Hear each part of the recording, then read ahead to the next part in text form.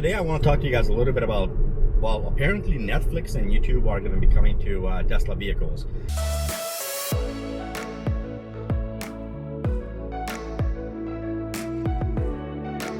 I am actually very happy to hear this. At the same time, I'm just trying to figure out the usability of it.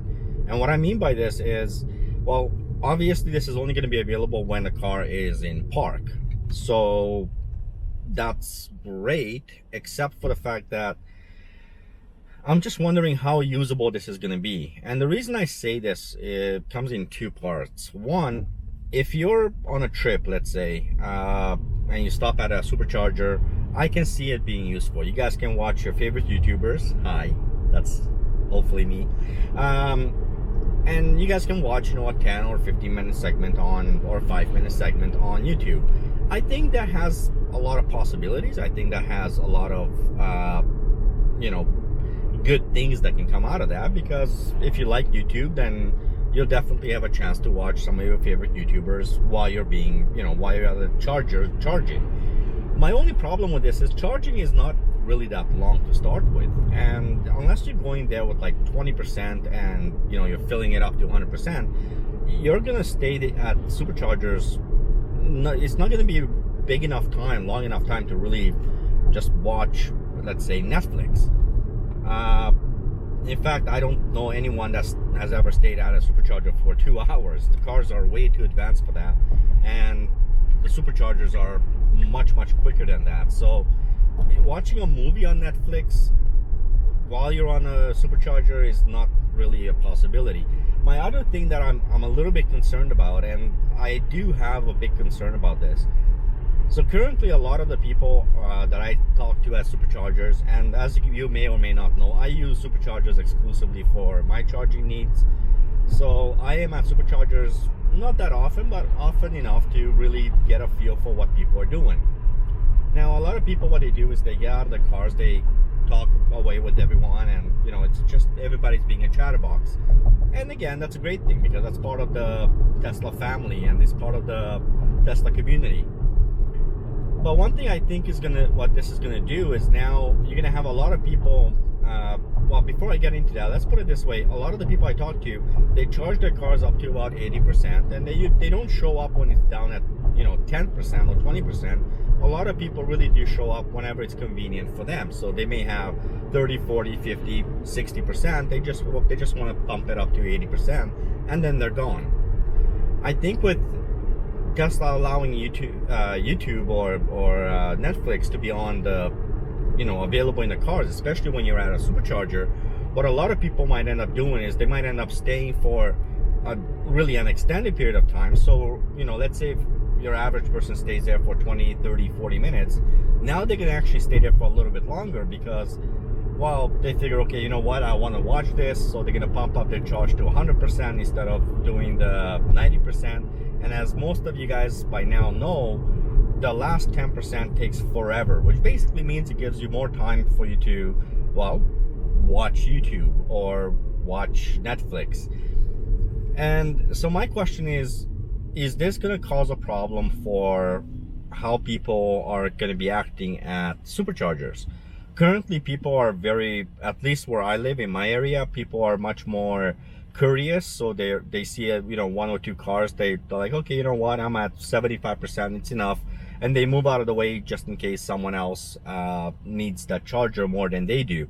Mind you, I'm in Canada, so everybody's pretty nice about it. And so my concern now is, are people going to do the same thing? Now they have YouTube, they can watch YouTube, they can watch Netflix. So if they see another car pulling up, are they going to actually just say, you know what, this is enough for me, let someone else have it? Or are they just going to say, you know what, I'm going to extend my time here and allow this, I want to watch some more of this, so I'm just going to charge it up to 100%, which basically could add another 15 to 20 minutes of your charging because of that last 10%. And I'm not exaggerating that. That's actually something that does happen. The last 10% of your battery is always the one that takes truly the longest. So I think it may actually cause a unintended effect where people are going to stay at superchargers longer than they normally would because of stuff like YouTube or Netflix. They want to catch up on their show, They would just rather sit there and use the charger as an excuse. Now let's assume that, let's forget about the superchargers for a second. Where else are you going to be able to use YouTube or Netflix? Well, if you're waiting for somebody, as I often do, you know, sometimes I go pick up my wife from work and, you know, I get there a little bit earlier, the traffic was light, whatever. So sometimes I'm there 15-20 minutes early.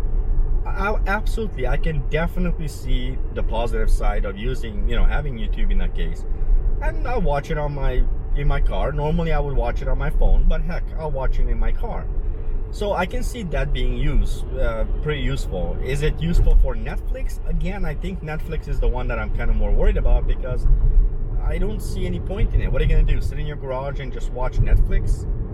Probably not. And if you're on vacation, you're out exploring, you're not going to sit in your car watching Netflix. I just don't see that happening. So having Netflix as part of this, you know, Netflix coming to the cars, I don't see the reason for it. However, I see YouTube, I can see it. There's a lot of YouTubers who upload, you know, short videos, 5-10 minute videos. There are, you know, in some rare cases up to half an hour, and I can see those being good at superchargers, but I don't see how Netflix is going to be useful. Excuse me. Now, I do watch Netflix a lot. In fact, YouTube and Netflix really are my two go-to places that I, you know, when it comes to watching stuff. I can definitely see the uses for YouTube, but not as much for Netflix. If you guys can tell me where Netflix would come in play, I would love it. Please let me know in the comments below where you guys think Netflix would really come into use.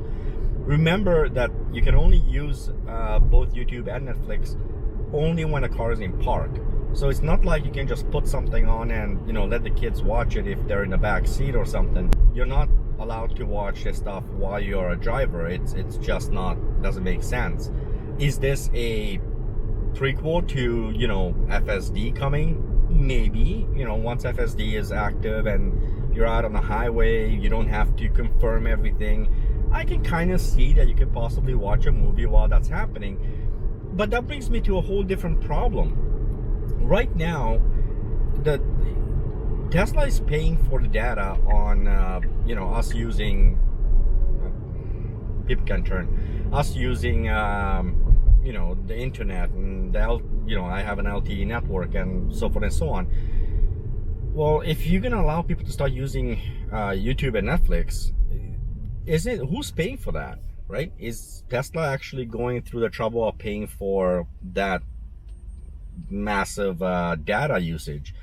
And if that's the case, then why is it that they can't get some of the other things? Like right now, if I go to my browser, my browser is slow. I mean, like drop dead, absolutely horribly slow. And I've talked to these guys, you know, I've talked to Tesla about it. I actually just kind of gave up on it. I haven't used my browser at all. I think I may have used it here once or twice, and every time I try it, it's just annoying. So if my browser can't handle me browsing, I'm kind of curious where, you know, how is YouTube and Netflix, which is a high demand on the network, high demand on you know, just data wise, how are they going to be working properly? I have a few questions about it. I think that this is going to be a very interesting thing once they release it. I think it's going to give me a lot to test, and so hence I'll make some videos for you guys. But really, honestly, when it's all said and done, I do have some of my concerns.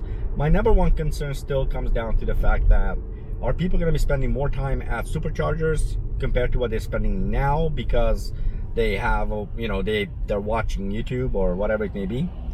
My number two concern is going to be, how is this going to really truly apply to your everyday life? You know, again, I can see YouTube being useful. I just don't know how Netflix is useful. And my number three concern is obviously, well, the data, right? So is this going to be something that eventually we're going to get charged for, you know, having data on in our cars? I think that's kind of where it's going to go, in my opinion, because there's no way that Tesla is going to keep paying for a massive amounts of data that all the Tesla owners are going to be using with something like Netflix or YouTube, because that's very data demanding, right? All right, that's what I have for you guys. Let me know in the comments below, what do you guys think? What are your opinions on this? And till the next video, ciao, see ya.